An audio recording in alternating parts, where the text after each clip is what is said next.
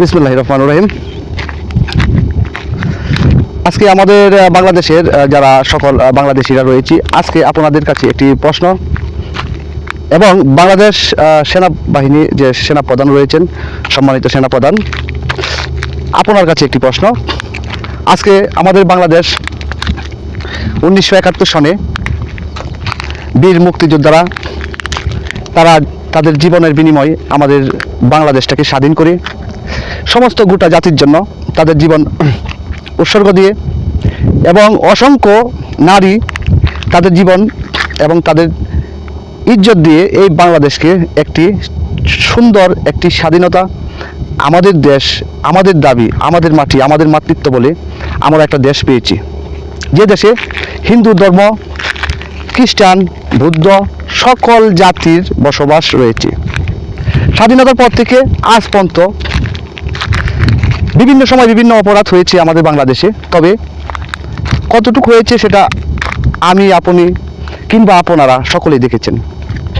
আজকে বাংলাদেশ সেনাবাহিনী কিংবা সেনাপ্রধান যখন 5ই আগস্টের পরে যখন উনি বলল যে বাংলাদেশের সাধারণ মানুষের জান মাল এবং জীবনের সমস্ত দায় দায়িত্ব আপনি নিয়েছিলেন, এবং সুৎকুর মহাজন ইউনূস সাহেবকে বলি, আপনি যখন শপথ গ্রহণ করেছিলেন তখন আপনিও বলেছিলেন বাংলাদেশের সমস্ত মানুষের দায়ভার এবং সকল মানুষকে একতা এক সমানভাবে দেখার প্রতিজ্ঞা এবং শপথ গ্রহণ করেছিলেন।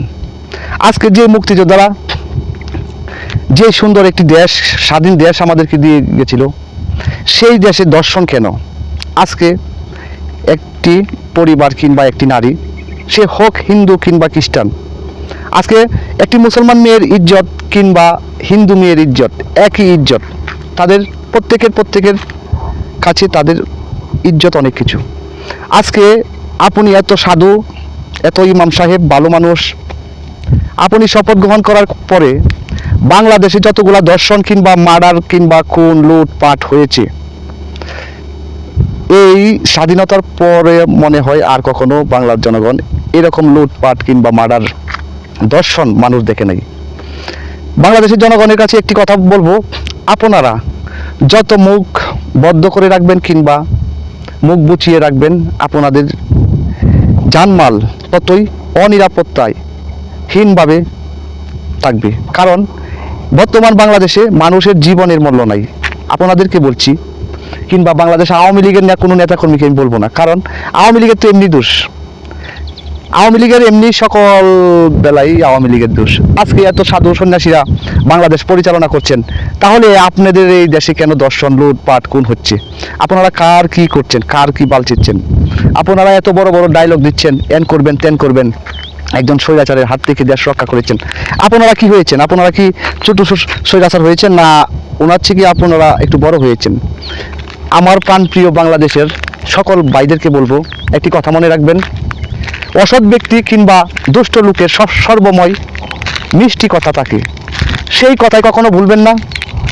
এখনো সময় আছে, আমাদের হাতে যথেষ্ট পরিমাণ আমাদের নিজেদের মাতৃত্বকে, আমাদের নিজেদের বাংলাকে রাজাকার মুক্ত করার এখনো সময় আছে। আমাদের বাংলাদেশকে হাতে ধরে উঠে দাঁড়ানোর সময় এখনো আমাদের হাতে রয়েছে।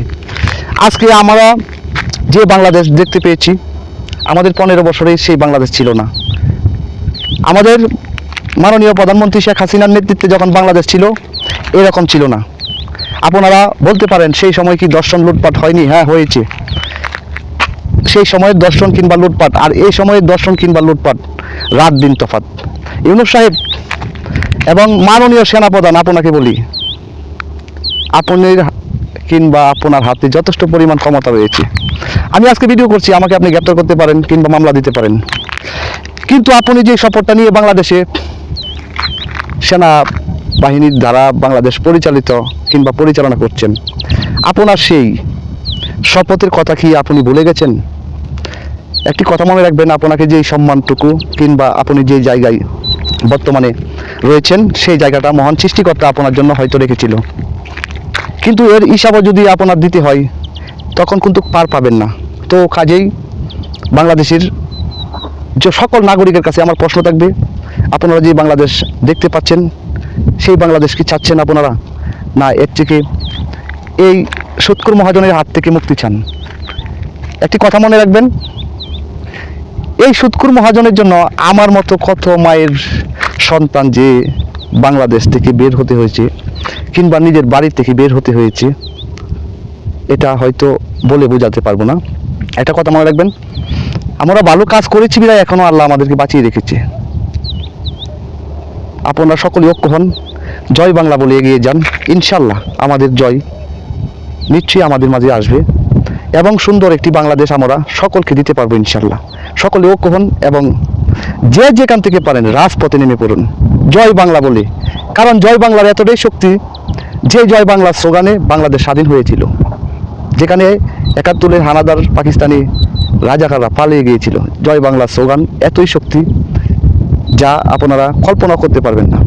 একজন জয় বাংলার লোক ১,০০০ কিংবা ১০০ রাজাকারের দল একই সমান।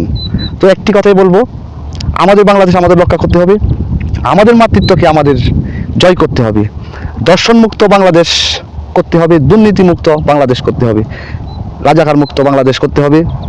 জয় বাংলাকে এগিয়ে নিয়ে দিতে হবে এবং আগের যে ডিজিটাল বাংলাদেশ ছিল সেই বাংলাদেশ আমরা চাই। ইনশাল্লাহ সকলেই ভালো থাকবেন এবং ঐক্য হয়ে বাংলাদেশ আওয়ামী লীগের জন্য, আমাদের জাতীয় নেতা বঙ্গবন্ধুর জন্য এবং আমাদের মাননীয় প্রধানমন্ত্রী শেখ হাসিনার জন্য আমাদের রাজপথে তৈরি হতে হবে এবং নামতে হবে। ইনশাল্লাহ সকলে প্রস্তুতি নিন। সবাই ভালো থাকবেন। খুদা হাফেজ।